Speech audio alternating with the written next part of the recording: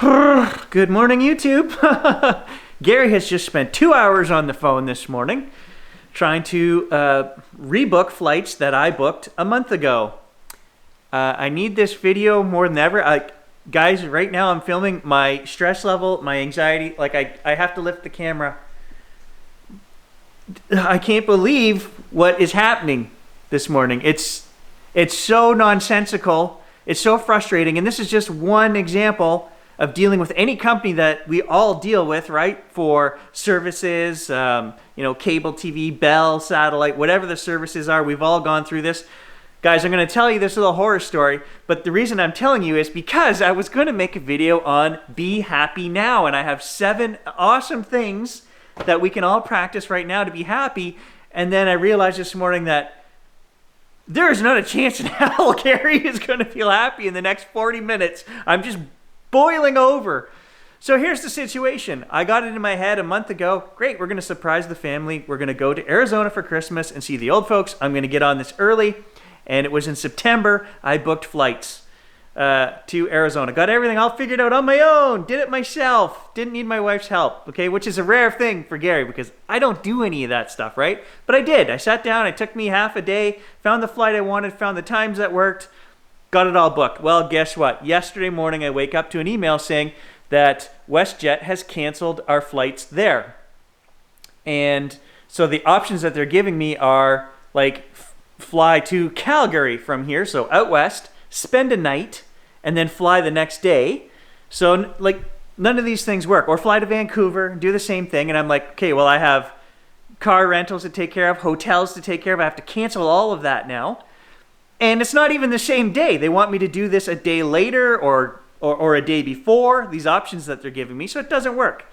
So I now have, I don't know, a couple $1,000s in funds from WestJet that are sitting on my credit card that I have to wait 7 to 14 days to have processed back to me because they canceled this flight. So that's super frustrating.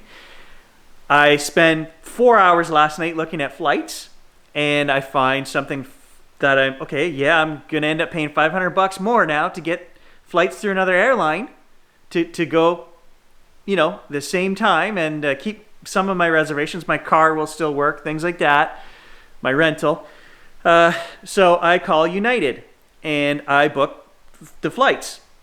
Literally, as I'm doing that, my wife sends me a link and says, here's a link. It's $400 cheaper than what you're looking at. I said, I just booked this.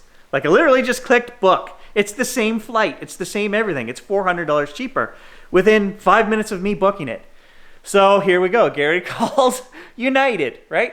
An hour on hold. Finally get to speaking to someone and she says, no, we can't just give you your money back for the flight and change you. We don't even have to change anything, right? It's the same flight. We can't just refund you the $400. You can pay us $50, she says, and get a $350 credit. And I'm like, that makes no sense. You want me to pay for a credit? I'm like, literally, I just clicked buy. So we're talking to her and I said, look, can you just cancel this reservation and I'll rebook it myself. You refund me the full $2,000. I'll rebook this myself right now. As I'm here on the phone talking to you, I'm online booking again. Great. I go through the whole booking thing. She's doing her thing on her end, canceling. Yes, we can.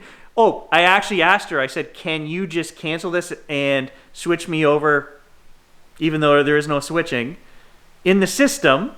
And she says, no, I can't do that.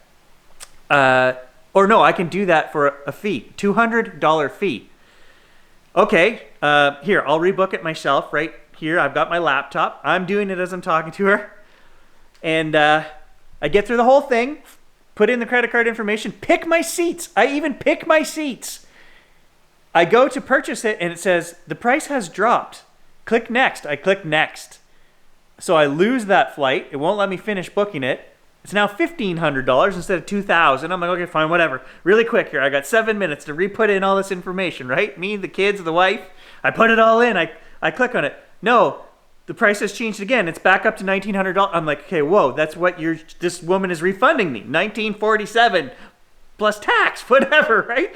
So I'm getting so annoyed. And I just said to the lady, look, I can't finish this booking. The price keeps changing. Can you book this for me? And she says, no, I can't book it for you. And she says, and by the way, you now have to call Air Canada to get your refund for the original flight. And I said, what do you mean? This flight had nothing to do with Air Canada. I booked through United. And she says, yeah, but the flight is an Air Canada flight. And we're like, our receipts don't say Air Canada, nothing. So needless to say, guys, here's what's happened is I now have a couple $1,000s tied up with the original WestJet tickets, a couple $1,000s tied up in the United tickets that I bought this morning, and I don't have a flight. And then the final thing the woman says to me is, I said to her, look, you need to book this for me online for the $1,900 again, the price that I was just on there. This is what it's coming up as. She punches in her system. She says, oh, I can't do that, sir. The price is now $2,600 plus tax. Are you fucking kidding me? So this is where I'm at right now. Gary is bubbling over. I'm like, I've got $5,000 in tickets that I don't own, flights that I'm never going to take, waiting to get refunded. And I still don't have flights booked. So let's talk about happy management.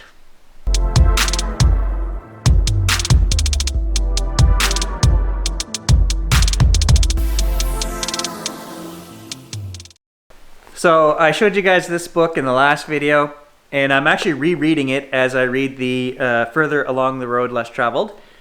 This is based on a lot of scientific data, different reports. It's based in fact, okay, research that has been done, and they have some great tips in here. And the first thing that they tell you in this book is that only 10% of the happiness that is gleaned, that people experience, can be gleaned by researchers by knowing every fact about your life. They can only know 10% of the happiness available to you by looking at your marital status, your job status, your station in life. 90% of your happiness comes from in here, in your outlook, your attitude, the way you look at life. Okay, that is the major difference in everyone's position on happiness. It's in here. You create happiness, right? If we took two people that had the exact same circumstances, exact same, one person might be much happier than the other because it's all in your outlook and how you tackle challenges and set goals and the way you think about things. It's all in your brain. 10% of what is happening in your life, 90% of how you react to what is happening in your life. 7 simple ways, things we can do to make ourselves happier now, even if we're feeling pretty good. Like I've been saying, guys, I've been feeling great going through this whole spiritual growth thing. I feel connected. I feel alive. I'm feeling pretty good. But if we do these 7 things that they talk about in this book, you'll get almost like an instant gratification, right? A little boost every day. So I'm going to tell you guys what the 7 things are that are listed in this book to save you from having to read it. You can just listen to Gary. 3 walks, the 20-minute replay, random acts of kindness, a complete unplug, hit flow, 2-minute meditations, and 5 gratuities. 3 walks. Basically, over the course of a week, you want to do 3 30-minute walks. And research has shown that people that do this minimal amount of exercise are much more, they're enthusiastic, they're positive, they've got more energy. The American Psychosomatic Society, there's a mouthful, published a report showing that 3 30-minute brisk walks a week actually can bring people out of depression, deep, dark depression. Personally, I walk every day, guys. I love the exercise factor. Exercise makes you feel good. It releases endorphins. So walk briskly. Clear your head. Anything that's troubling you. This 30 to 40-minute walk is going to give you time. I like to walk 40 minutes. Will give you time to put things in order. What do I need to accomplish this week? What order am I going to do them in? That's what I use my walks for. That and getting sidetracked by nature, right? Oh, there's a raccoon. The second tip is a 20-minute replay. Now, I have never practiced this one, so maybe this is a good one for me to actually try this week. What they want you to do is take a positive experience that you've had and write it. Rewrite the experience. And they find that as you rewrite these experiences, you relive them. So you're reinforcing that good feeling that you had when whatever experience this was, you're basically going to relive it by rewriting it. Not only do you relive it when you write it, you relive it every time you read the passage that you just wrote. So that makes people feel better about themselves the more they read their work and remember this good experience that they had. Random acts of kindness. This one's kind of self-explanatory, right? When you do nice things for other people, you feel good about yourself. They're going to make you feel good about yourself. They're going to be thankful. They're going to be excited. They're going to be surprised. And you're going to feel great. So the 5 acts are based over the course of a week.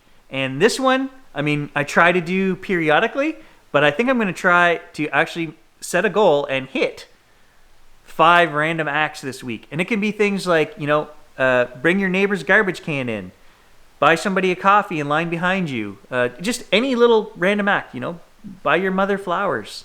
Mom, I'll be over later this week. Number 3 is a complete unplug. And I'm bad for this one, right? I'm on the computer editing videos for you guys. I'm working till, because I do videos for you guys during the day, I do office hours at night. So I'm working till 10 or 11 o'clock at night most nights.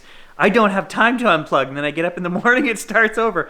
But what they're saying this will do is, again, it allows you to clear your mind.